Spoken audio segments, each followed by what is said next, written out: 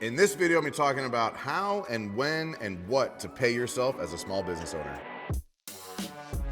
What's up, everybody? I'm Mike Claudio, owner of WinRate Consulting and host of the Big Stud Podcast. Hey, real quick, just subscribe. I know you're not subscribed because 90% of my watchers and viewers are not subscribed because you're kind of like acting like a troll right now. Just go ahead and just click that subscribe button. Thanks, man. All right, so in this video, we're going to be talking about how, when, what, where to pay yourself. We talk to so many business owners at WinRate, and we have over 100 coaching clients now. We talk to so many people that just don't know when, how, or what to pay themselves. I'll tell you, as a small business owner, it sucks working for free. That's not why you got into this. That's not the financial freedom that you wanted, but I think it partially comes back to you don't know how to charge for your services. So here's the way I would start calculating what to pay yourself. First, I would look at what roles am I playing in the company right now? Are you production manager? Are you technician? Are you CFO? Are you marketing? Are you sales? Look at all those things, right? So if you're doing sales and production, I would pay yourself a commission on the sales and I'd pay yourself hourly for the work. Because here's the truth. If you cannot pay yourself what you would pay an employee to do the jobs you're doing and still have profit left over to pay yourself additionally, you're not prepared to run a business. Like, there's no way for you to hire people and still make money. So if you look at your day, look at your routine, look at the activities you're doing, start with that. What would you pay an employee to do the job you're doing? So if you're budgeting or you're projecting or you're creating estimates for something, calculate how many hours should this take me? Okay, this job is gonna take me 10 hours. I would probably pay a skilled employee $25 an hour for this job. Over here, I'm gonna do sales. So every time I sell something, I'm gonna pay myself a 10% commission because 10% commission is a fair commission rate. There should still be money left over at the end of every month in the profit that you should be able to take a percentage of as well. If you can't do all three of those things effectively, if you can't pay yourself per hour to do the work, pay yourself a commission on the sales, and have money left over and net profit, you're not running a business. You're running a very lucrative, maybe not even a very lucrative job at all. Maybe you're basically working for free with no chance of getting out from underneath of that. Brian, this is a really good video.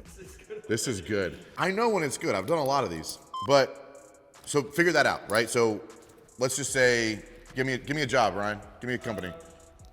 Landscaper, okay. Right now, it's you and a buddy. You got a couple lawnmowers, and you do some mulch work, right? So you're doing sales, and you're doing the cutting and the mulch installation. If you're doing sales, every time you sell something, you should take 10% on your next check for whatever that revenue that collected was. If you're mowing lawn, you should pay yourself per hour to mow that lawn. If you're installing mulch, you should pay yourself per hour to install that mulch. And each of those should be what you would pay a skilled employee to do that job. When you're at home doing invoicing and marketing and working on CEO stuff, you should pay yourself CEO hourly rate. So let's say you pay a guy 15 bucks to mow a lawn, you pay a guy 15 bucks to install mulch, you pay a person 10% commission on sales. The CEO should be making at least $50 an hour for their work, okay? Period. If you're paying yourself for all of those activities and there's not enough money left to operate your business, you're not charging appropriately, and you're stuck as a technician for the rest of your fucking life.